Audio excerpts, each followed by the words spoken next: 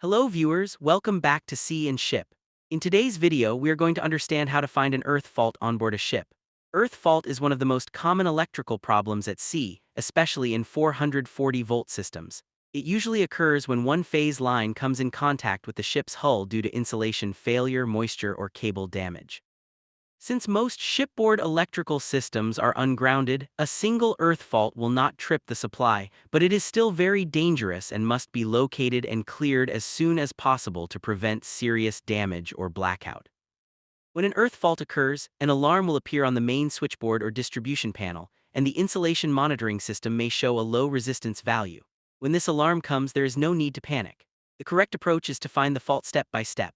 Start by isolating circuits one by one, such as lighting, power, auxiliary, and control circuits, while continuously monitoring the earth fault meter or alarm.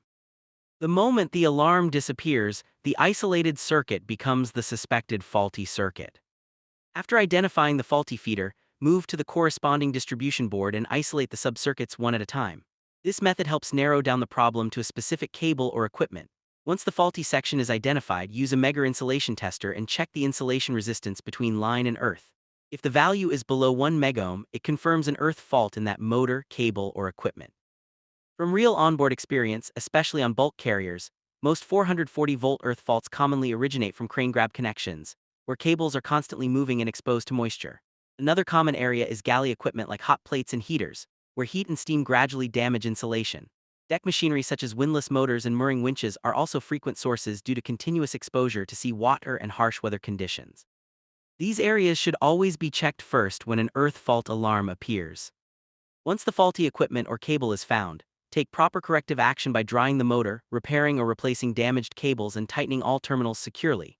After repairs, recheck the insulation resistance with the Megger to confirm healthy readings. When everything is normal, reset the alarm and safely re-energize the circuit. This systematic approach ensures safe operation of the ship's electrical system and prevents major failures at sea.